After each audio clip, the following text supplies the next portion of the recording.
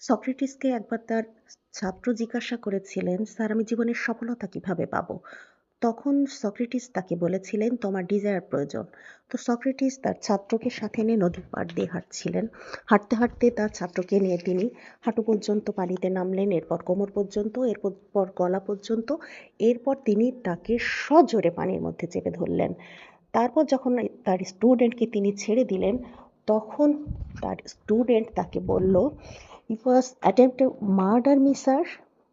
তখন সক্রেটিস তার ছাত্রকে বললেন, "I was teaching you the desire." এরপর তখন সক্রেটিস তার ছাত্রকে জিজ্ঞাসা করলেন, "যখন আমি তোমাকে পানির মধ্যে সজোরে চেপে ধরেছিলাম তখন তোমার অনুভূতি কী ছিল? কী মনে হয়েছিল?" তখন তার ছাত্র তাকে বললেন যে, "আমার তখন কারো কথা মনে হয়নি, একটা কথা মনে হচ্ছিল যে আমার অক্সিজেন প্রয়োজন। আমাকে এখান থেকে উঠতে হবে, আমাকে বাঁচতে হবে।" তখন সক্রেটিস তার